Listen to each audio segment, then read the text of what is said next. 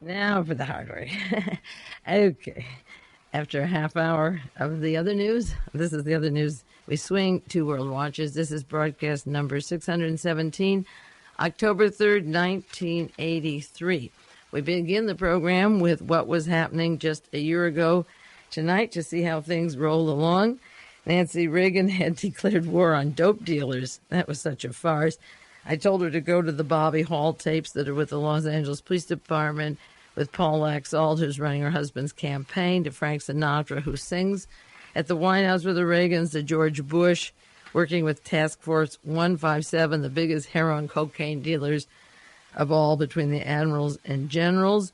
Give immunity to Theodore Shackley and Edwin Wilson, let them tell you about it, or Michael Sindona, who's still in prison for a long time in New York. Talk about Stebem, the Milan office of Banco Ambrosiano in the Vatican, and the narcotics. Release Sindona and let him talk, and tell the cocaine traffic. We could add to that this year. Let Klaus Barbie tell about it. Last year I was talking about why the story of Fritz Kraemer, Hitler's Kraemer, and Fritz Kraemer, Kissinger's Kraemer, I'm not sure they're not the same person yet. Kraemer versus Kraemer was important. There were 4 stories about the Nazis that were very important last year at this time, and they go right into the subject of that I'm going into of Representative Larry MacDonald and the Korean Air Flight 007 and Western goals. The first story last year, just this time, was the end of September 1929. Secret report on how the Nazis aided the United States spies, how Allen Dulles took information from Admiral Wilhelm Canaris and used it, and the Nazis and the CIA were working. It was the OSS in those days, and then became the CIA. By 1947, the CIA was formed, and they were working with Hitler's top admirals. Second article was the story in the San Francisco Chronicle on the 30th of September. There was a fight on Capitol Hill because a particular reporter, a newsman, tried to grab a report that was on the desk of the congressional hearing about how the Warren Commission, Allen Dulles, a member of the Warren Commission, was working with the Nazis at this time period, from the OSS to Hitler's SS, and there was a fight over this document. Another article just this time, it was October the 2nd, a year ago last night. United States is planning a nuclear war, and the Soviet Union is calling us cold-blooded composure of gravediggers, that Ronald Reagan's administration. 1 year later, Edward Teller and Admiral Moore are on the board of Western Goals, working with John Reese and Daniel Graham and Fritz Kraemer, and they are, in fact, looking into and planning the nuclear war. The Soviet Union was right 1 year ago. Another article that a group of people were urging peace, a new peace effort, and they accused the United States of breaking peace with Russia. This was October the 10th, 1948. That this article came out, it was just 3 years after the war was over, and it was referenced the United States working with prisoners in the Battle of the Bulge and with Franco and setting a policy that would make ready for the next war. 1 year ago this week, this Larry MacDonald, who works with Senator Joe McCarthy, that was his hero, and John Reese, who worked for Senator Joe McCarthy, and Louise Reese. While MacDonald went down, the whole Western Goals is still intact, and they do, in fact, continue with the Nazis that McCarthy released at the time that he went over the Malmedy trials. The prisoners in the Battle of the Bulge were released by Senator Joe McCarthy. A year ago tonight, I was talking about that document and newspaper article, and 1 year later, Western Goals, Larry MacDonald, are linked to Senator Joe McCarthy directly through their secretaries, aides, investigators, and the people and the Nazis who released those men who shot Americans and people in Belgium and France for their own political power and purposes. That was just a year ago tonight.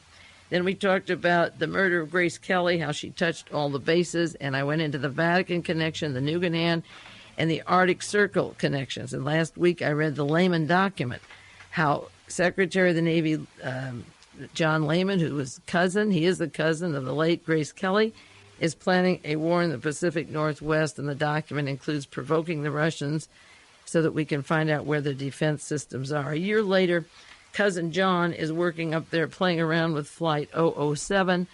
Grace was involved with Robert Vesco, Bernie Cornfeld, on global natural resources. And a year later, half a year later, the friend of Bernie Cornfeld and Robert Vesco, Vicki Morgan, was murdered. A baseball hat split her head open.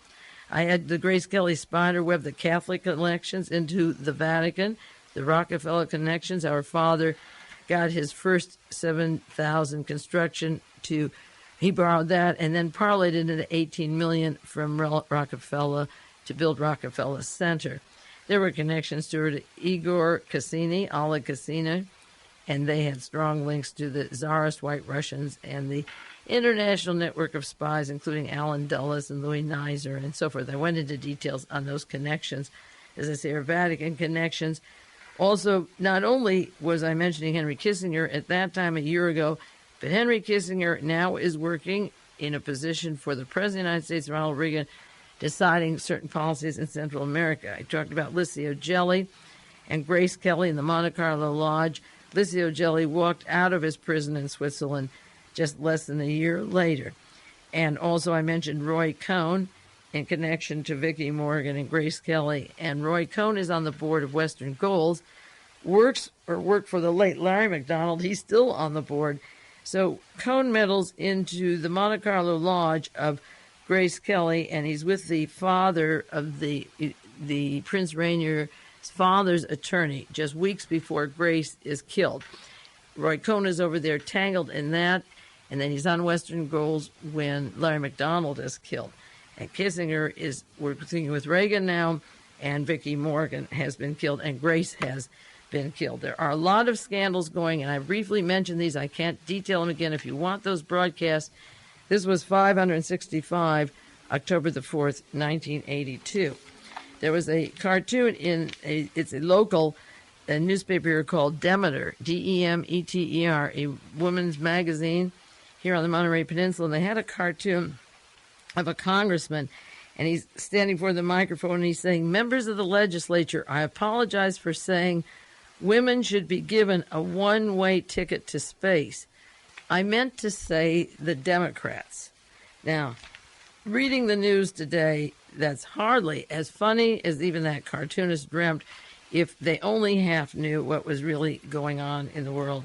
And I read a story in the newspaper, it was from Friday's newspaper, that made my blood boil. I have a pretty good tolerance for some of this news, but I feel like Padachevsky when he wrote Network. I'm mad as hell, and I'm not going to take it anymore. I am really mad. The article is titled, "A New Lobby for Space Weapons." Friday, September 30th, 1983, San Francisco Chronicle. In essence, it says that Lieutenant General Daniel O. Graham, former chief of the Defense Intelligence Agency and leading advocate of high frontier strategy, which is the laser beams and the nuclear weapons and knocking out the Soviet weapons having a space war, Graham, who's head of High Frontiers, now has formed a political action group called American Space Frontier Committee. This is what Werner von Braun wanted, Werner von Braun. This is what Walter Dornberger wanted.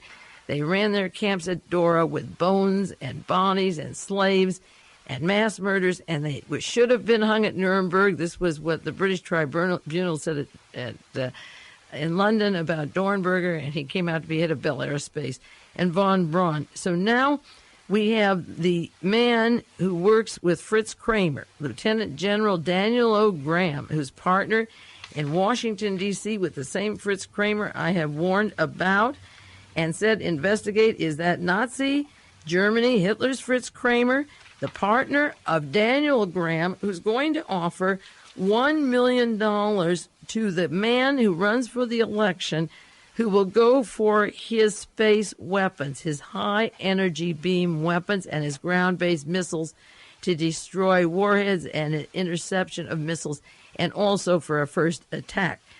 And let me just say that one more time. Oh, he's having Robert K. Dornan, former representative from California, as the president. He has an American Space Frontiers Committee, and he's raising $1 million to buy a politician who will push his weapons system, and his partner is Fritz Kraemer.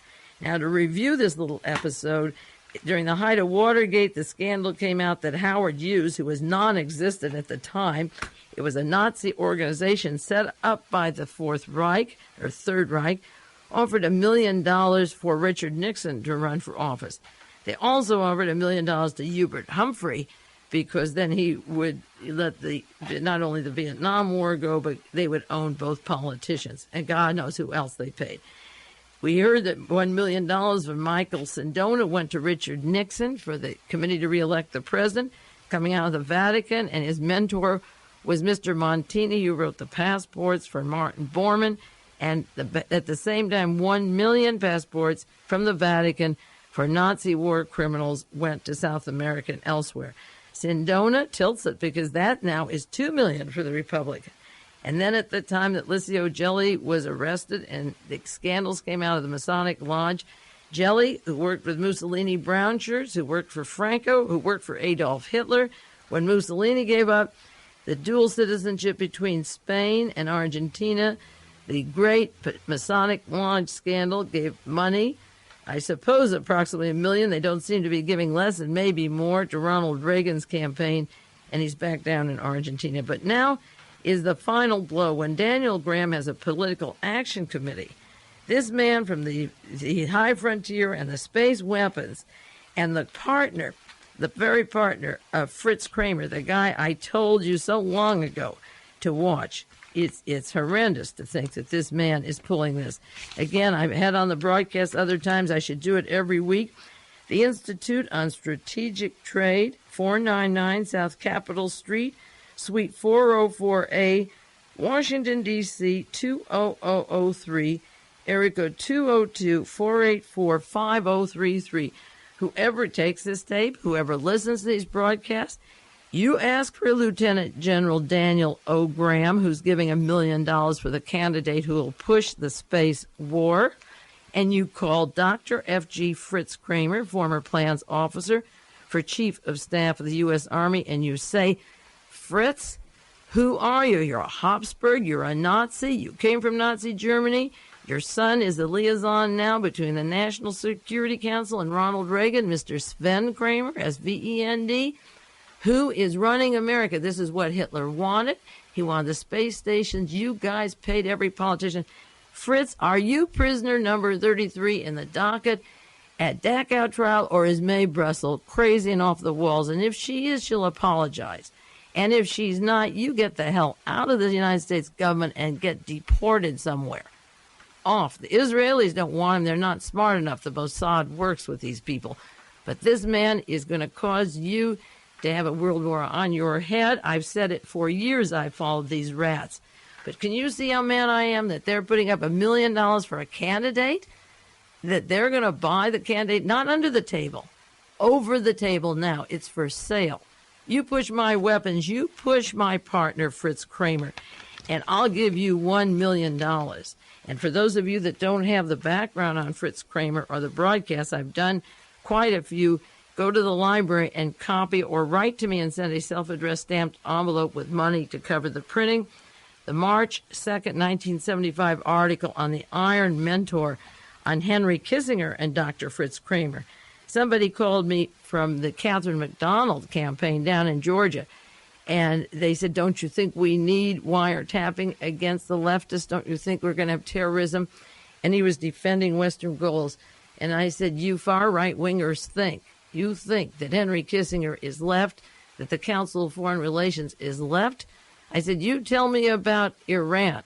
When Mossadegh was killed and the Shah came in, did Iran, with the help of Henry Kissinger and John McCloy and Alan Dulles, go left or Nazi or fascist? He said, well, it went right. Okay. I said, okay. The Pahlavi family were also pro-Nazi. Henry Kissinger put them in with the help of Fritz Kraemer and the Pentagon. I went down to Chile. The Pinochet that Representative MacDonald had as one of his heroes, that helped fund his campaigns. I said when Allende was killed and they were going to have a democracy or some kind of a labor group and raise the cost of the wages, when Pinochet had Allende killed and he took off his jacket, he had swastikas on the arms and coats. Were they left swastikas or Nazi? And he said Nazi. When the president of Korea shot the former president. This one used to be in the intelligence, and he shot him at a dinner table. And they had martial law and gunned down thousands of students, and they've had these repressions that are going on. Did it go communist or did it go fascist? And this went on for about 8 countries. The Somoza family and the CIA putting that in. The horrendous military coups with the repressions. Marcos, now the latest with Aquino. And does it go right or does it go left? And he says, all right, that's enough. I said, look, I have enough money for this phone call to give you 33 consecutive countries, and I'm sick of it. That's what I told him. I said, you tell Mrs. MacDonald and all your people I'm sick of it. And why am I sick of it? Because General Daniel Graham works with John Reese of Western Goals, with Edward Teller of the hydrogen bomb, of Admiral Moore of the advocate of future atomic wars, or whatever you want. John Reese is editor of Western Goals. There's a book out called Broken Seals on how the left is hurting the intelligence agencies. Broken Seals, and under the title, it's got the list of members of Western Goals. Editor John Reese, R-E-E-S. And the afterword of the book and the foreword mentioned Lieutenant General Daniel O. Graham, who worked with the late Larry MacDonald, who works with John Reese, who works with Fritz Kraemer. And that data bank they have that they've accumulated in Los Angeles isn't the only data bank, I can assure you.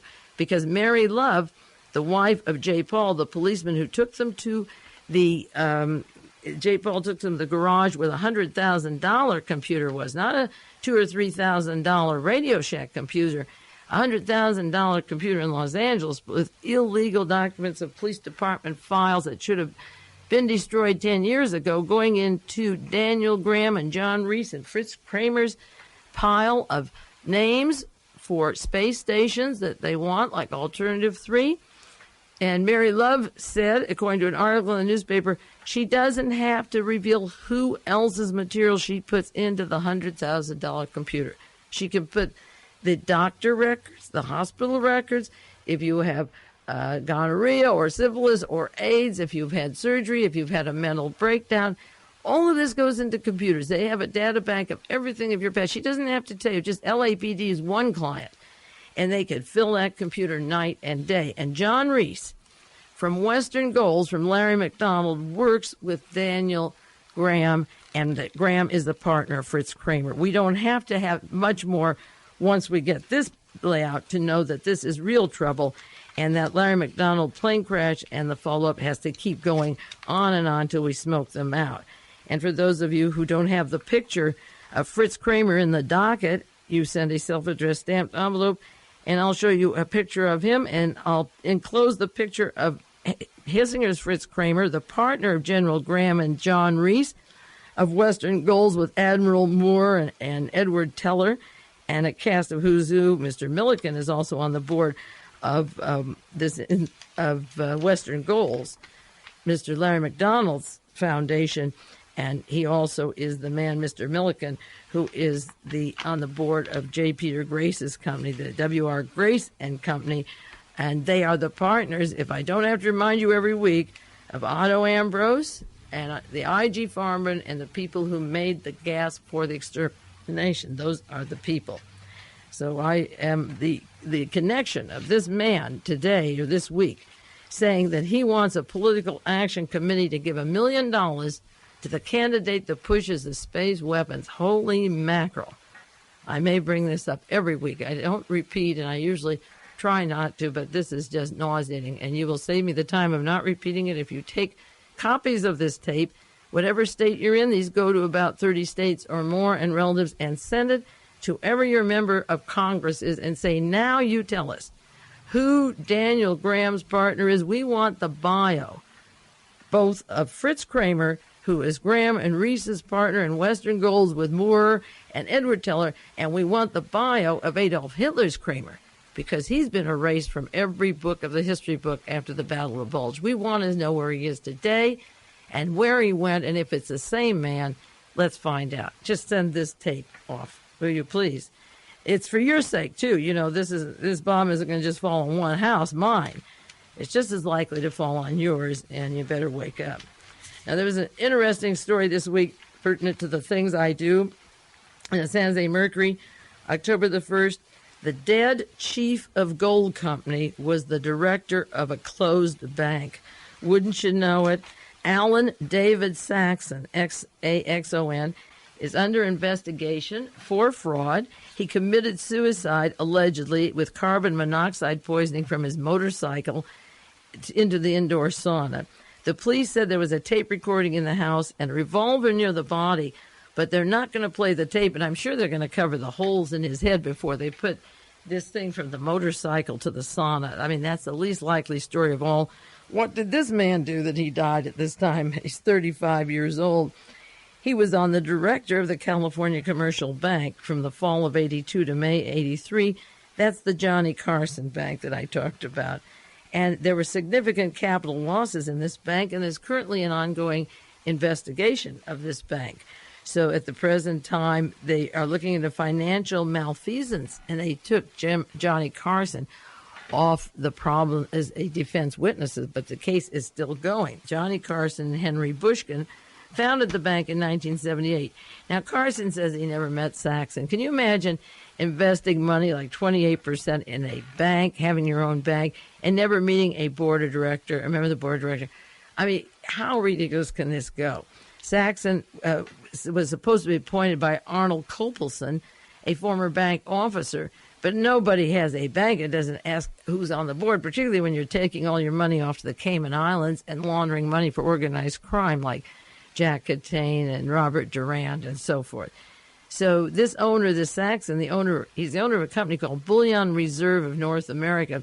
And the same day he died, the Bullion Reserve surrendered their financial data within 24 hours. They were ordered. The New York City Attorney General Robert Adams started investigating it 2 weeks ago. They had a problem because of an international gold bullion exchange that collapsed in Fort Lauderdale. Now, Fort Lauderdale is where Mr. Robert Hetrick and the DeLorean airplanes went to get the cocaine that was leaving down from Fort Lauderdale. That was the base of these people. There also was an international gold bullion exchange at Fort Lauderdale. It was Florida-based gold, silver, and so forth. And it closed in April of 1983. And there had been sent $20 million in cash advance to this company. Now, isn't $20 million the amount that John DeLorean is missing? Isn't that the scandal at $17.5 million, but plus the courier's fee is supposed to be in a Swiss bank? And all of a sudden in April, $20 million is missing out of Fort Lauderdale, which is where these guys fly out of Hetrick down to Colombia and Bolivia, allegedly with Klaus Barbie. Yeah, that's the amount they're looking for. They're also looking into problems, a Richard Osborne with gold trading in Beverly Hills and in Dallas. Doesn't that hit a lot of good bases? And also in Utah, in the state of Utah, they had sold $31 million out of Utah offices. So Utah is an area where John DeLorean has allegedly $7 million missing, which I've had on broadcast, was supposed to be a part payment to pacify DeLorean. Now, somebody with shenanigans down at Fort Lauderdale had gotten $20 million. Wouldn't that cover his debt if you put it quickly into the Swiss bank? And you said, oh, you have the wrong account number. Well, here's our $20 million. You know, John's got his $17 million, but $20 million is missing out of Fort Lauderdale. Well, this is an interesting combine because if you have the tapes that I have on that bank, that commercial bank, it's broadcast number 609, August the 8th, 1983. That was just a month and a half ago. And I have the story of Johnny Carson in the Commercial Bank of California and how the missing money, they were forced to close April 1983 because they were missing so much money. They said at least $42,000. What if they were missing the $20 million that was going to be going down to Fort Lauderdale to help save John DeLorean? Because this transfer of funds is what got them in trouble. The transfer of funds wasn't reported to the bank, and there were loans without disclosure, and they were sending it down. There were New York links to Jack Catane to the Angelo Bruno family, which I heard this last weekend. The brother has strong links in Georgia to Larry MacDonald and that outfit. They were sending money out of the country, down to the Cayman Islands, transfer of drug profits overseas. The formation on that broadcast I did of the DeLorean motor and these main characters, Johnny Carson, Henry Bushkin, Jack Catane, Robert Durand, and John DeLorean. I was talking about missing money. specifically a large amount of money going out of the island, down to the islands, and so forth. And now all of a sudden, this fellow's 35. He's dead. It's pretty young age to be handling a lot of that gold, I should think, 39 years old.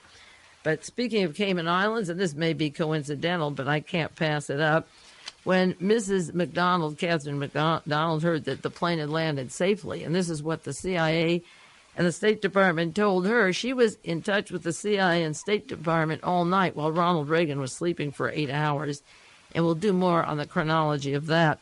She said, and this was in the Houston Post, September the 2nd, early Thursday, she thought her husband had a chance of surviving a crash at sea. This is a quote, he's also an excellent swimmer. We just got back from the Cayman Islands, and he spent most of his time swimming there. If she just left at the Cayman, but she had to have, we spent our time swimming, I'll bet you they didn't. With all of this going on, I'll just bet you, with his name, Larry MacDonald, linked since January to the files of the LAPD going to his Western Goals Foundation, he might have gone down there to pick up stuff to blackmail everybody, including the President of the United States, which I think he did. But I'll just bet you that they did more than swim in the Cayman Islands when they have such interlocking connections to all of these kinds of people. And just Larry MacDonald, if he didn't have the connection of the island to Cohn and Duran and Hedrick and DeLorean and Carson, if he didn't have that, he was in deep trouble. As of January, when J. Paul took the detectives and the Civil Liberties Union lawyers to his garage, because, as I say, they knew in a moment that wasn't any fly-by-night computer. They knew that was a real computer. Now, this Mrs. MacDonald, last week I mentioned the CIA, how the pilot had boasted that he had worked for the CIA on spy missions.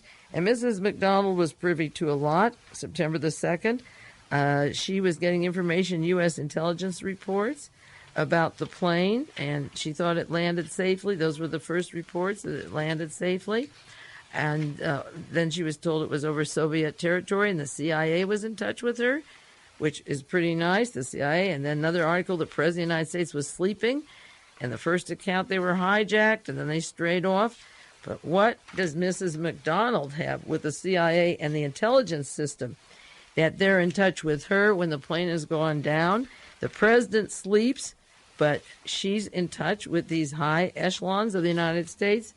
Well, I think one of the answers is going to be in her background, and I'm going to do a little chronology of that, because we do know she was in Young Americans for Freedom.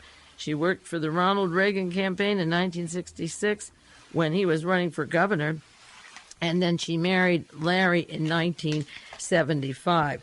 Now, what was going on in those years in 1966 and 1975, I made a few notes of that because I think it's very important. In 1962, going back that far, Young Americans for Freedom was formed with Ronald Reagan on the board and Robert Morris, I've mentioned those before, and Igor Cassini, the friend of Grace Kelly and her interlocking links, and William Buckley and Douglas Caddy from Watergate. And the John Birch Society was working with Theodore Shackley of the CIA counterintelligence. They were involved with the Bay of Pigs operation, Mr. Wilson and Turple, and E. Howard Hunt, and those people were involved in 1962. In 1962, the Munich fellows came over for Young American Freedom, the Americans from Munich, Germany, and some Germans, maybe Larry Schmidt and Volkmar Schmidt, and Nelson Bunker Hunt, that rich man I mentioned in the first part of the program before we started World Watchers, and General Walker were active. And in 1966, when Catherine MacDonald was working for the campaign of Ronald Reagan, she lived in Glendale, California. That's the year that Mr. Ed Clark, who's now National Security Advisor, was getting close to Helene vonDamm. They had met via TCI, I'm sure, and Otto von Bolschwing and network, and Ronald Reagan was campaigning. The Birch Society was behind his campaign. Helene vonDamm was working for him. Catherine MacDonald was working for him. Helene was with Ed Clark. But after the plane goes down, seems that Mrs. MacDonald's pretty close to Ed Clark. The plane went down just in September 30th, August 30th, September 1st. And then just right after that, 8 days later, Turg V. MacDonald, the son of Larry MacDonald, the stepson of Mrs. MacDonald, goes to William Clark of the National Security Council and lays down the terms of what he wants to happen to punish, in quotes, the Soviet Union. It's just half hour. We'll take the end of the half hour. We'll take a 1 minute break, and we'll get back to Mr. Turgvie MacDonald, the heir to all this information.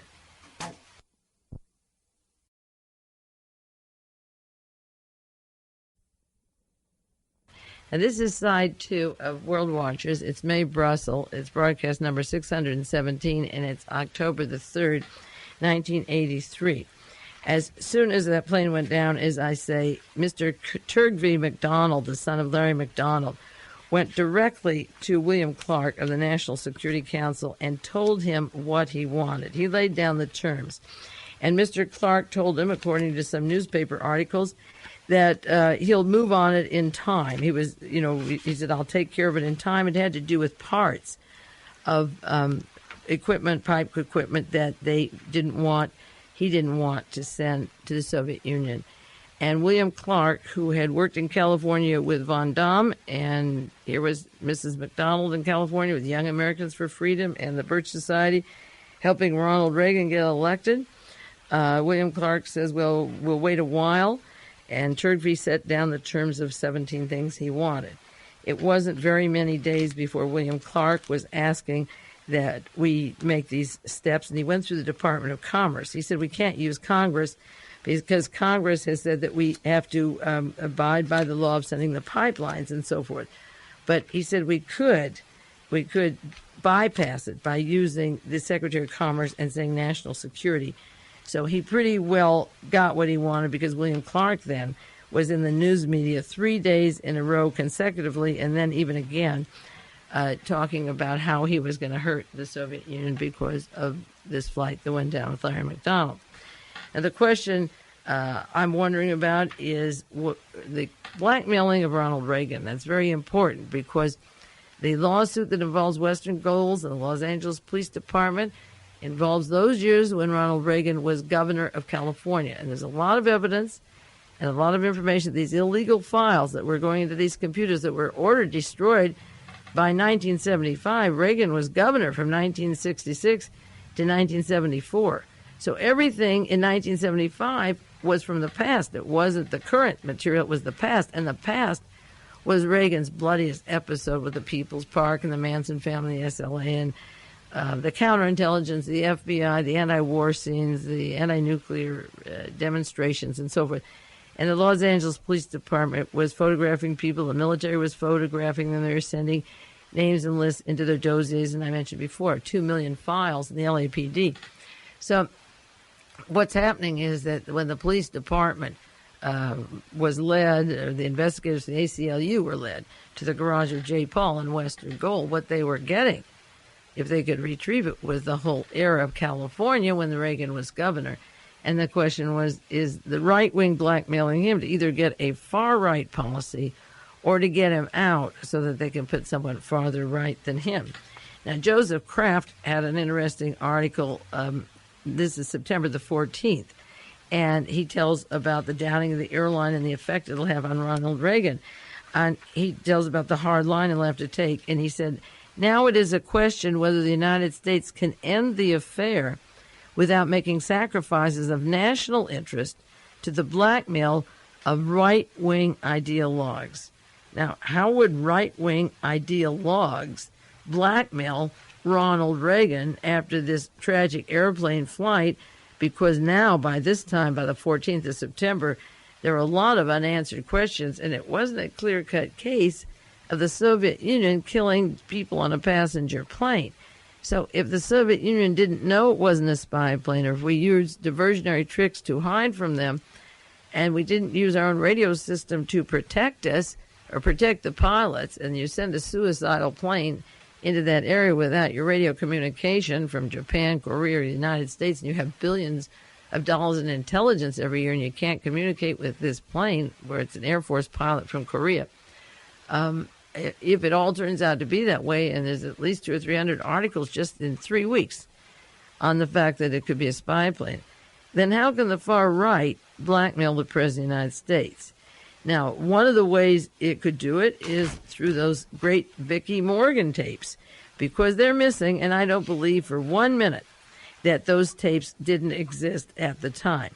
Now, Vicki Morgan was making a book. She was writing about Alfred Bloomingdale. She traveled with Robert Vesco. She lived with Bernie Cornfeld while she lived with Alfred Bloomingdale, who was on the CIA Security Advisory Committee. And close to Vesco and Cornfeld is Roy Cohn, who's on the board of Western Goals. If Henry Kissinger is the great Brahmin of narcotics, making wars or coups in countries so the narcotics flow in, Roy Cohn has to be the middleman of everything from the highest intelligence to the organized crime syndicate. And they're both one and the same, but they're separated usually in terms like that. When Roy Cohn has a birthday party for 270 people, he has the who's who of Washington, and he socializes with Daniel Graham. I have one social comm with Richard Vagary, close to the Reverend Moon, and that connection, and the far right-wing mailing list of every right-wing congressman like Jesse Helms and so forth. Roy Cohn knows a lot, and he knows Cornfeld, and he knows Vesco, and he certainly knows the late Vicki Morgan. So if Roy Cohn is on the board of Western Goals, and all this information is coming in to him, then he can push for this action of Reagan to be harder on, he calls it the left. He's been pushing it his whole life. Now, there was an article that Roy Cohn is very angry at Ronald Reagan for being so soft on the Russians. And that's interesting because he's not going to determine foreign policy, I hope.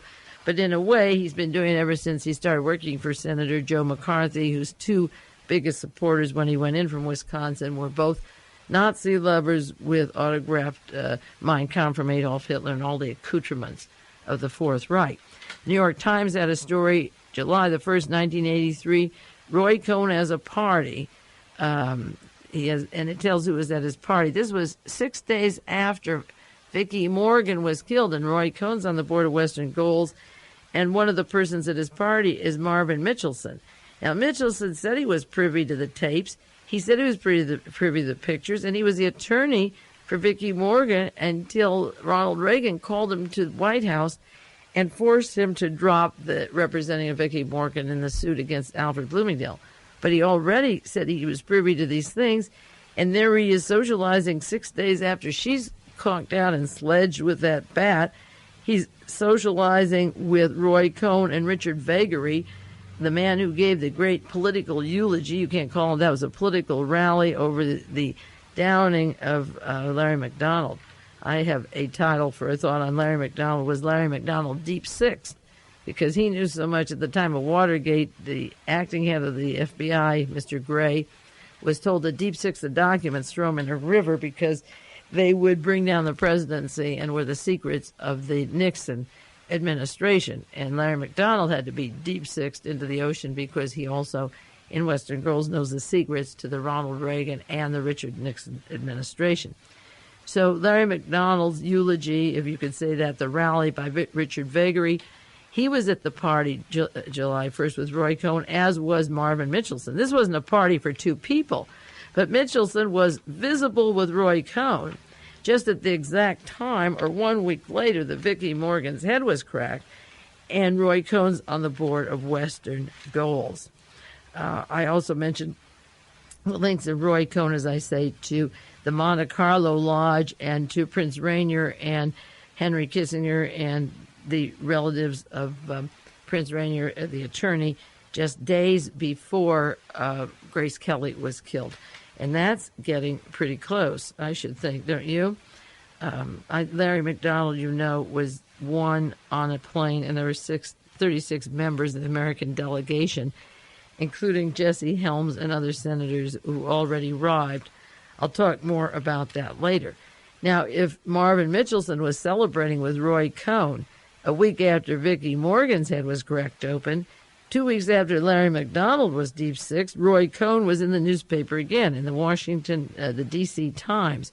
The article says, pooling the resources, at last, hard-line legal eagle Roy Cohn kicked off his Washington social season.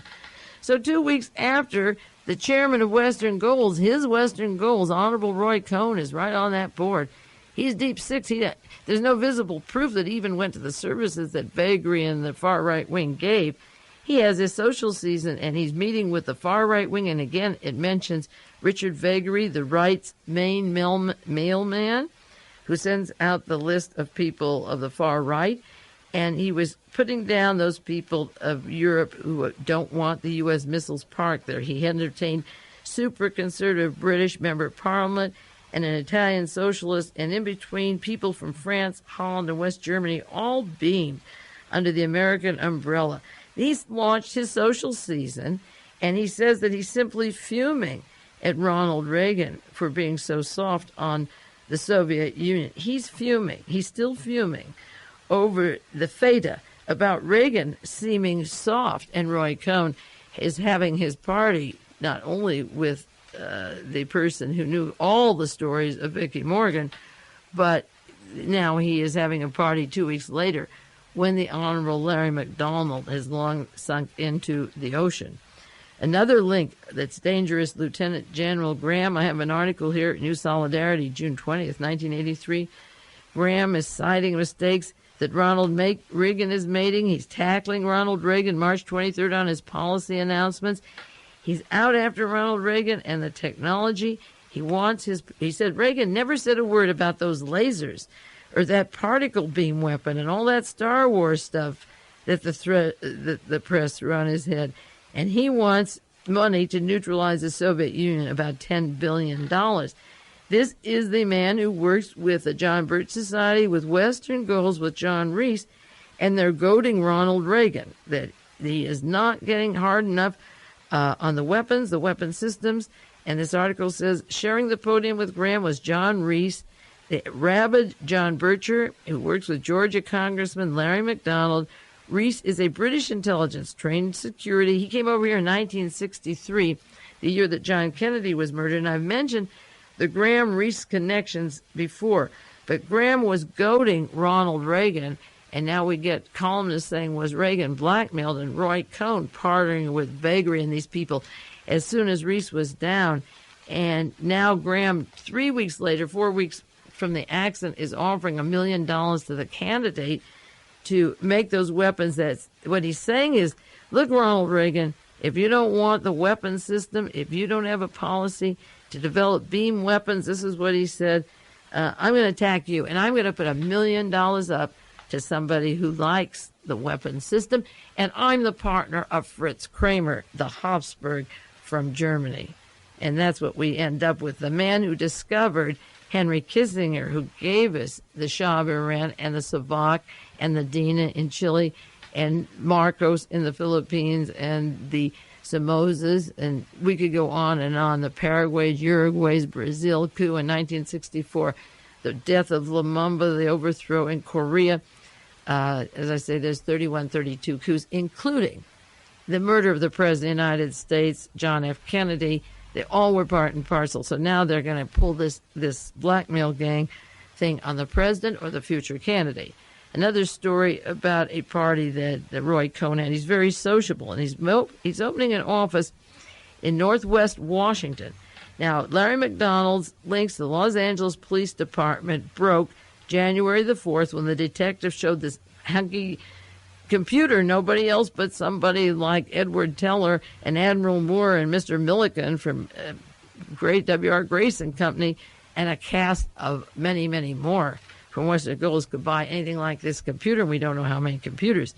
But he is moving to Washington, D.C. Did he know that he'd have to take over those files when Larry MacDonald went down? Because Louise Reese, the repository of those files, was part of the House Un-American activities of Joe McCarthy, Senator Joe McCarthy, and goes back to the whole era, 30 years. And if Larry has to be silenced because he is now linked to the Los Angeles Police Department, he broke a trust. There was a secret agreement, top secret, that Louise Reese would get her $30,000 a year, I imagine more, and the $100,000 computer.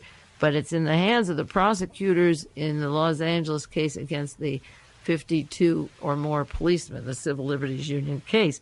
So he's having a party, and he's moving to Washington. And I think that's cute. All these years he's been in New York. He couldn't do enough bad business. He has to move to Washington. Of course, he works close with the Georgetown offices and his law partner, Mr. Boland, who is a sovereign military order of Malta with direct links to the Vatican. But he has a little party. It's a hot August evening, and it's an excuse for people to get together. Now, the plane's going to go down August the 30th, if you get the picture, but it's a hot evening, as if he needs an excuse, or as if Larry MacDonald needs an excuse to swim in the Cayman Islands. So who's there?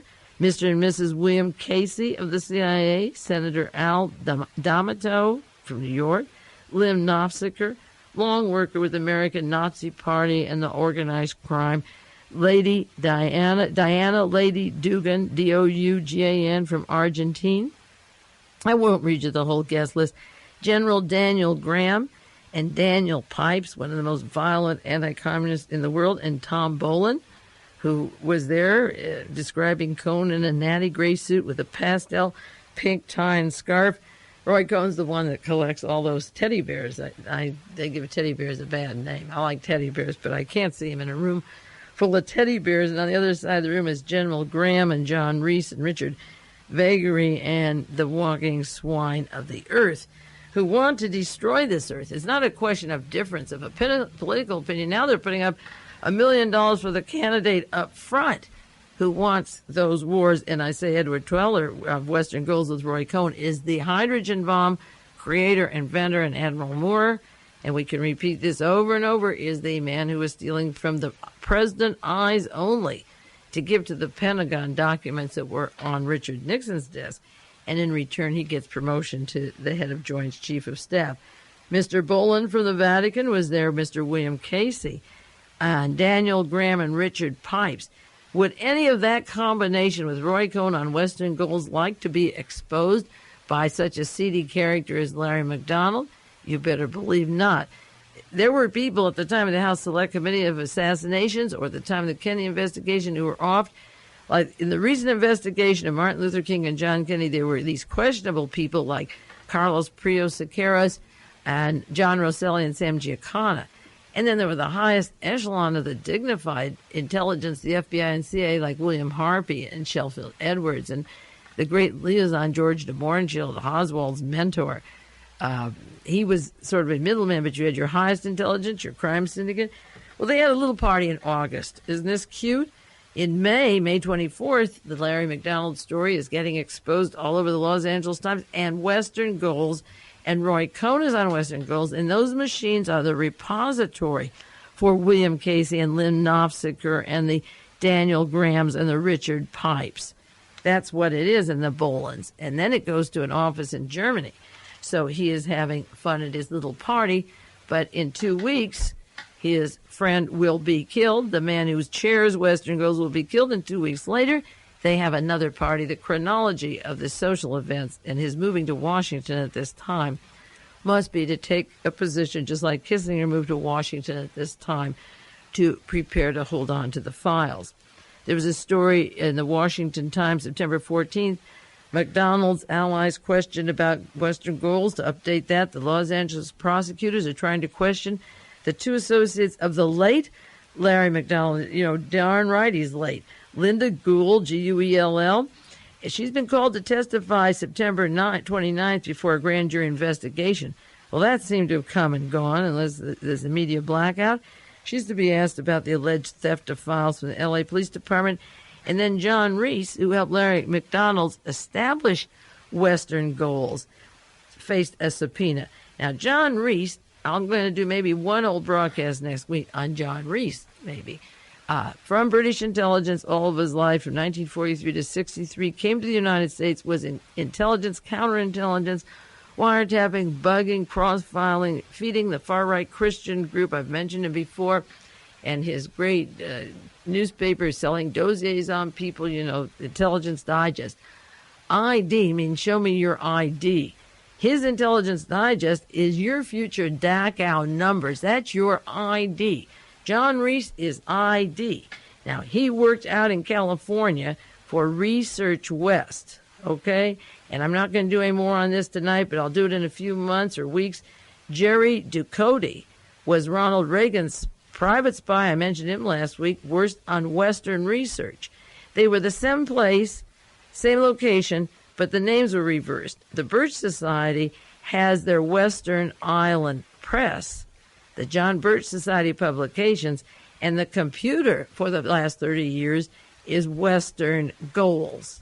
And it's to preserve Western society, like Charles Lindbergh said. By losing the war, Hitler went behind hundreds or eons of years for the mongrelization of races. You will have your ID. The sampler is Intelligence Digest ID. There's no coincidence in those letters. Whether it's marked on your arm or in your computer, they will have everything about you. So the representative, the employee from Western Goals has to show up, and John Reese has to show up, and they help Larry MacDonald set the firm. Well, who put John Reese in? It was J. Peter Grace from the Grace and Company, and he worked again, as I say, with Otto Ambrose. And these are the same people that sent so many millions to be exterminated, and I don't think they would blush again. They've been organizing since 1943, and now they're surfacing to the top. But the interesting thing is that they're surfacing because of American Civil Liberties Union suit, not because of all the murders and all the crimes they've done, but because people have been wiretapped or followed, these citizens. That is what's triggered this off. But what it brings out in the course of the lawsuit is John Reese, who's been in the news many years in articles that some of you may or may not have seen.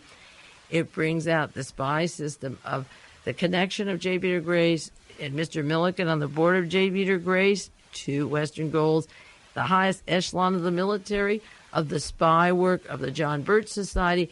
It is a religious fundamentalist group. It is a military group. It is a group that has stolen most of the time anything they want. It is a group that has the means to wage war and get control of the weapons.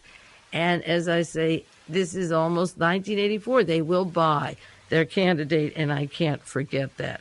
The Washington Times article says that Reese will cite a Maryland law that he doesn't want to talk about the material because he's a reporter. He isn't a reporter. Any man who sells dossiers on you and your street address and where you live isn't reporting. He's being paid so that somebody, according to the books, can harass you, can kill members of your family, can drug you, drug your family, break into your homes, steal your friends' numbers, phone number books, who you know, what you belong to. Is that a reporter? Heaven help us if that's a reporter. And again, I hope you send this tape to your member of Congress. This is not a reporter. John Reese is a counterintelligence espionage agent working with the FBI, the CIA, the National Security Agency, the CIA with a tax-deducted foundation, Jerry Reese with Daniel Graham. Daniel Graham was Fritz Kraemer. Sven Kraemer, Fritz's son, is the liaison of the National Security Agency today to Ronald Reagan.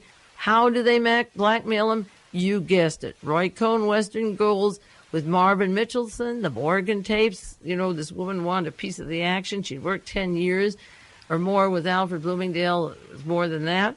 And Bernie Cornfeld and Robert Vesco, all bases covered. The crime connections, the military connections, the weapon connections, the data banks. So this article in the Washington Times last week tells about how these secret papers, secret information was collected by the police department in Los Angeles. And Linda says that the links of her and MacDonald, the Los Angeles attorney Jay Paul, are now under investigation. She wants to take the fifth and not answer the questions.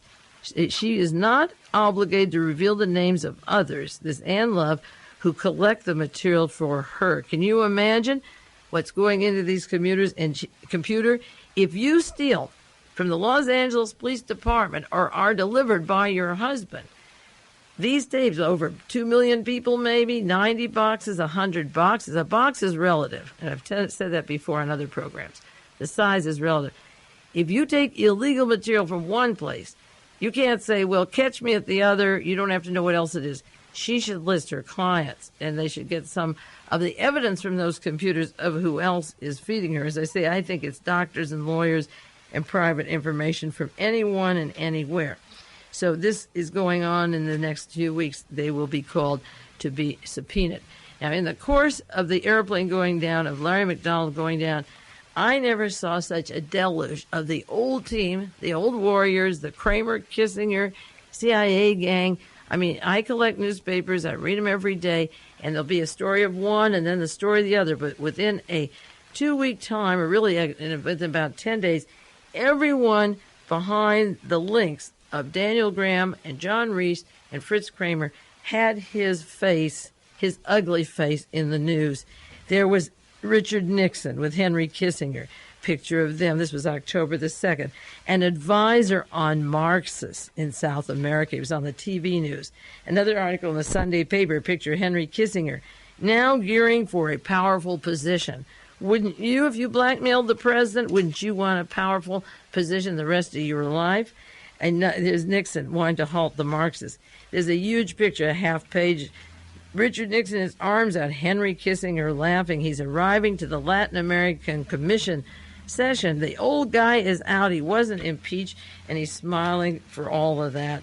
The CIA article on William Casey, friend of Roy Cohn at his birthday party and otherwise, Washington Post, September the 7th. 1/4 of a page, then another entire half page, and then another section of the other page. It's so big, I just folded up here. It's William Casey. Intelligence is his game. Taking the heat on money and politics, the CIA's cold warrior pays the dues. Partying in August with Roy Cohn on Western goals, all of them linked to Larry MacDonald, and the week that he's dead, they are grinning. Another big article of Edwin Meese and Ed Clark, Mr. Clark, and Ronald Reagan coming back, 1/4 of a page of the newspaper, not a little article, coming back after Representative Larry MacDonald was murdered, and the president was concerned, and Clark is kind of grinning. 4 days later, the son of Larry MacDonald will have 2-hour visit with Clark of the National Security Agency, lay down the terms, which I'm sure had to do with their knowing what happened to Larry MacDonald, and Clark moves on it like a little bunny rabbit, and all of a sudden he's made 3 speeches and suggestions, the exact 3 that were requested by Turvey MacDonald when he went to see him. As I say, that was just 5 days after this one picture that Clark goes back to Washington, and the son of Larry MacDonald is there. And then by the 17th, 18th, and 20th of September, he's already giving his speeches. Another picture in the Washington Times, Alexander Haig with former CIA Director Richard Helms. MX panel to draft proposals for the next session of arms talk. Where did they resurrect these people? And they, as I say, they just flooded the media, not with a little article, but full pictures. I've never seen a time where the old team was photographed in 1 or 2 days with these gigantic faces. Here's another one. Here's former Secretary of State William Rogers with Henry Kissinger. Now, both of them are on the board of 20th Century Fox. Their corporation lost $100 million in taxes that week. No, they're not talking about that. It has to do with Larry MacDonald. They're worrying about Central America, and they resurrected William Rogers of Old Paradise Island and Resorts International.